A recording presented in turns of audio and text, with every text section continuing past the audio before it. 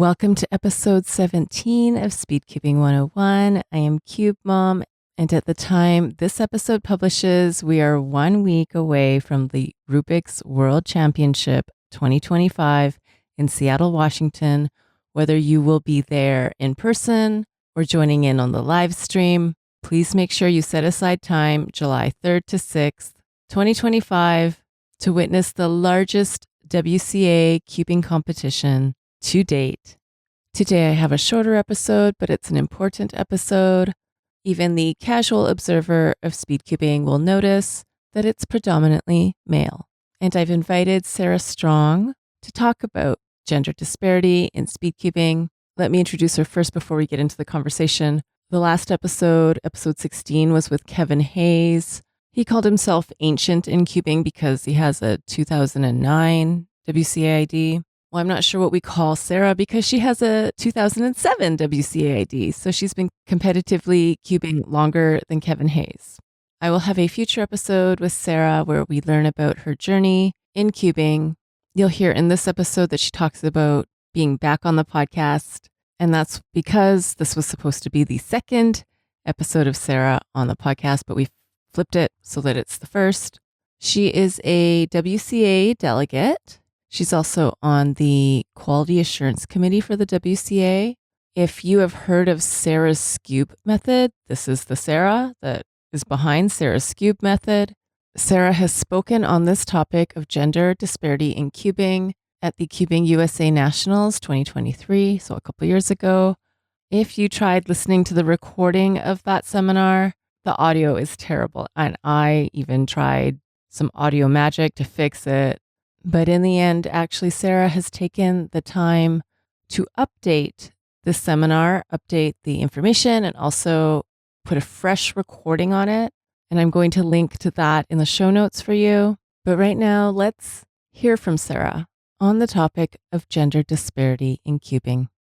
Welcome to Speedcubing 101. Today we have Sarah Strong, delegate in Ontario. Today we're going to look at another topic in cubing, and that is on gender disparity. If you have been to a competition, you would have seen there's a lot more males than females, and so we're going to look at that today. First of all, Sarah, welcome back.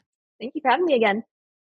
Now, even if we see the gender disparity when we're at competitions, I know you've looked up some of the stats. And so what is the gender disparity in cubing right now? So first, I'm not sure if anyone before me used the term gender disparity in cubing. So I kind of got to pick what we call it, and it's just kind of the one that stuck. So I chose the term disparity because it has parity in it. So I thought it has a nice ring to it, and we all have interesting feelings about getting parity in a puzzle. So I thought it was just a nice little puzzle inside this term that we use to describe the discrepancy we see with gender. So to me, what it is it's the noticeable difference in not only the number of female and non-binary competitors compared to males at competitions, but also how many events they compete in and how fast they are. So it's their overall commitment to the competing that's the disparity.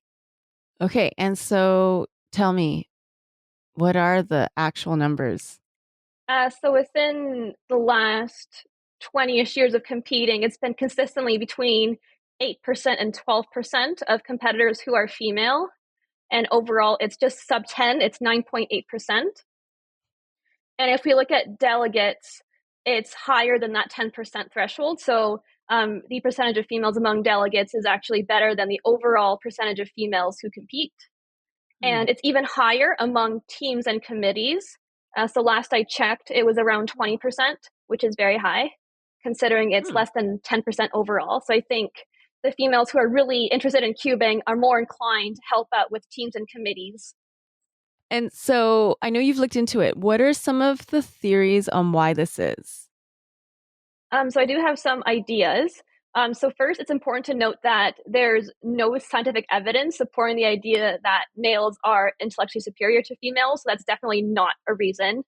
There have been many efforts in the last couple of hundred years to push that false idea that white males have the most superior brains out of any race, any gender. But that's not consistent with modern research. Any previous studies that suggested that have since then been debunked. There's no reliable evidence pushing that idea anymore. But there are some recent studies suggesting that females tend to have a different perspective towards learning, and that could explain just some of the differences. For example, females tend to prefer understanding over memorizing, which is not a bad thing. Hmm. But also because cubing is a very memory heavy hobby, this means it's less appealing. And again, that's not a bad thing. But I think Hmm. the main reason really has to do with confidence and motivation. And that is the fault of gender stereotypes and gender expectations. So it has nothing to do with biology. It has to do with the society we live in that pushes gender norms and causes us to have different levels of confidence and motivation and have to push harder to stay motivated. And so, did you feel that yourself going into competitions? I remember you mentioning before the feeling of, I'm on the podium here with another female cuber. Tell me what it's felt like as a competitor. So I personally found it motivating that I was one of the only few female competitors, but I know that's not the usual experience. Usually it's the opposite effect. But I think the reason why it was different for me is because when I was younger, like when I was in fourth grade or so, I played co-ed baseball and I was one of the few females in the league. And I wasn't particularly good, but I enjoyed it. And I found it to be a very simple sport compared to other sports that are a lot more active. So that's why I liked baseball. I played it for 3 years. And in my third year in sixth grade, I was the only girl in the league. And at that point, I was treated noticeably different. People were kinder to me, which is not actually a good thing because it means they think less of me. They think Oh. I'm less capable. They're trying to motivate me, but it doesn't actually work. And because I Mm. didn't love the sport, I switched to softball, which was all girls, which I think enjoyed more because I didn't stand out as much. But I wasn't actually a good softball player. I just kind of liked playing some sort of sport as a kid. So because I had that mindset and I was used to being treated differently in a sport, when I started cubing and I actually felt good at something, going to competition and being one of the few female competitors was actually a motivating factor for me. So I think it's just because I had that prior experience that I had a different perspective in cubing and I saw this as a good thing and I found it as a source of motivation for me. Okay. What are some of your thoughts on, because I know what you're saying about being singled out. People were nicer to you when you were doing the baseball. What are your thoughts on sometimes competitions giving out awards for top female competitors? Yeah, so this is a very interesting topic to me. So there are a couple of things we want to consider because not award ceremonies that handle female awards do it well. So there are three things to consider. One is that any awards we give to females have to be actual accomplishments. So it shouldn't be a participation award. It should be you achieve something that's really fast. It doesn't have to be world class fast, just something that you put a lot of practice and effort into, some sort of achievement that means a lot to you. The other thing, one is to make sure that people are aware that you're going to give the award, because that's been an issue at US Nationals where a lot of people who get the awards aren't actually there at the awards ceremony because they didn't know it was going to happen. It's not on the website, they just announce it. And it's just like a trend where we know it's coming, even though it's not publicly said anywhere because they've been doing it for years. And the third thing, which I helped ensure at US Nationals the last couple of years, is to check with the competitors to make sure they're okay with receiving it, because just because they get the award doesn't mean it's a fast time for them. Sometimes there's one clear winner, and even if they do badly, they'll still get the award. So you want to make sure they're comfortable receiving it. Has anyone declined it? No, but I think it's still good to ask to make sure that they have the opportunity to give it some thought. And if they don't want to, we can rework how it's done so it doesn't single them out as the one who didn't want to get the award. Like there are ways you can group things Mm. together. For example, at the Hmm. last US Nationals, all the female awards were done at the very beginning. So if you missed an event, you wouldn't notice it, right? So if someone did opt Mm. out, it wouldn't be obvious. Whereas in Hmm. previous years, it was done per event with the main podium, which Mm. made a lot of them feel uncomfortable because they did way worse in the top three, but they were treated as the same Mm. level of accomplishment, which it was not. Like if you get Right. 60th as the fastest female, it's nowhere near top three, but it's you're in the same group photo, like it's awkward. So Right. there are Okay. good ways of doing it, and Hmm. we're getting better Hmm. at doing it well.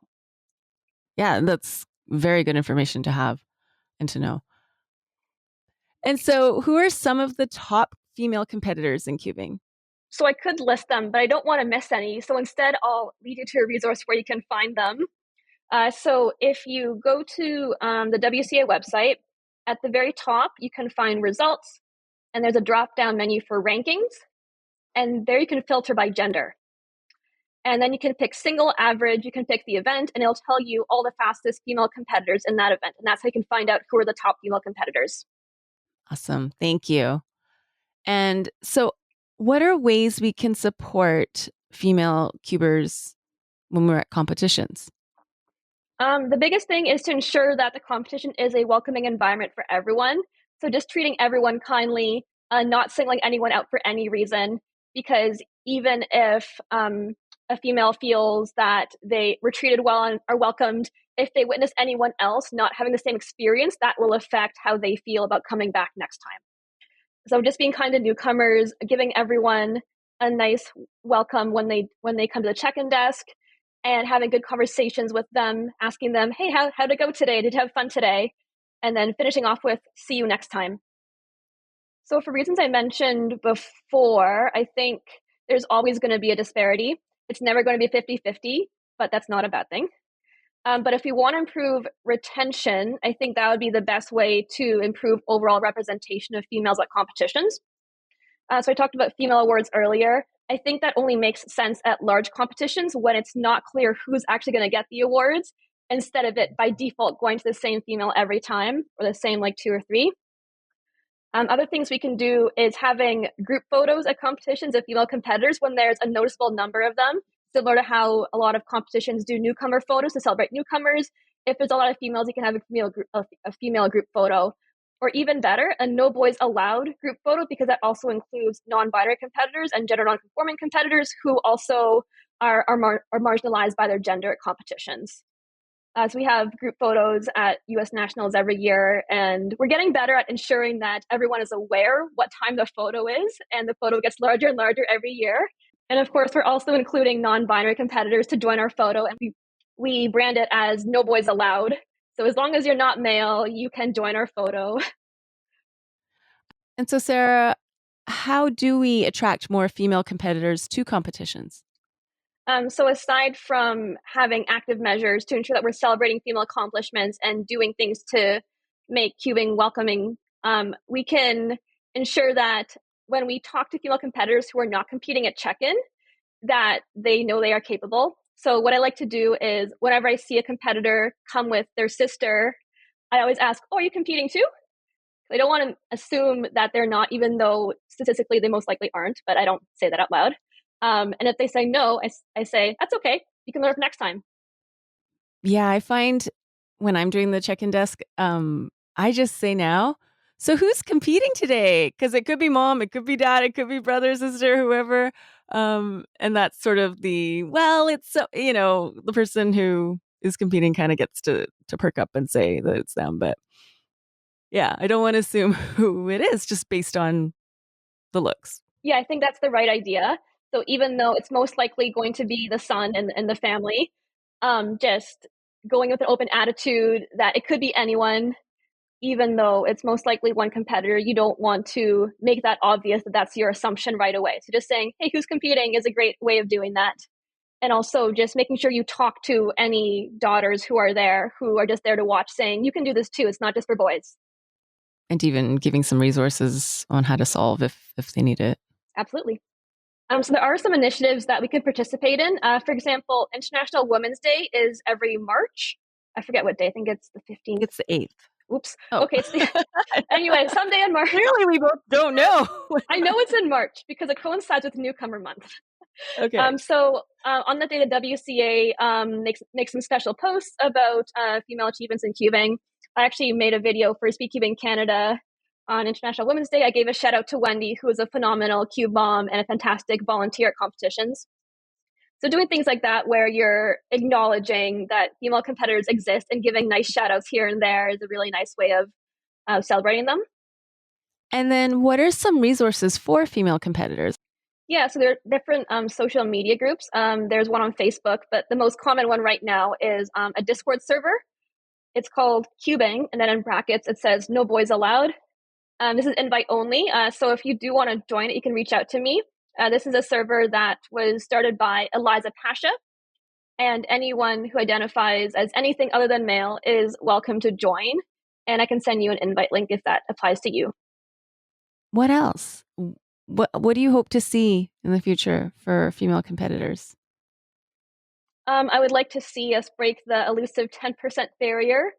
So having 10% or more female competitors within a fiscal year, I think would be a really nice accomplishment. I think it's reasonable. I don't think we'll ever reach 50-50 for a lot of reasons, but I do think it's possible to get over that 10% barrier. And we can do that through celebrating female accomplishments, through maintaining a welcoming, inclusive environment at competitions, and just doing things that help with retention, making more competitors want to come back for the second competition. Okay, thank you, Sarah, for your time today. I really appreciate it. I look forward to seeing you at an upcoming competition sometime so we can catch up even more.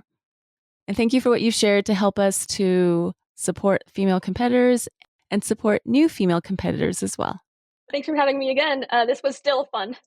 Thank you so much, Sarah, for sharing this and for your time. She told me last week that the global percentage of female competitors is back above 10%. I hope we can keep that number rising. Now, Sarah mentioned the No Boys Allowed Discord server. I have information in the show notes on how to request the link. Also in the show notes are the gender disparity slides that Sarah made, along with the gender disparity video, as well as Sarah's cubing website. I'm grateful to have this episode done before Worlds. My next task is to free up some space on our phones so that we have plenty of storage to be able to take lots of photos and videos for lots of memories of the World Championships. I'm going to be posting on my Instagram stories what it's like at the World Championships. So feel free to follow me on Instagram, Cube Mom Official, to see some of the action there. As always, if you have any questions, corrections, or suggestions, feel free to email me, cubemomofficial@gmail.com. That's cubemomofficial@gmail.com. Whether you're listening on Spotify, on Apple Podcasts, on YouTube, please like and subscribe. Thank you so much in advance. Happy cubing and go Cubers go.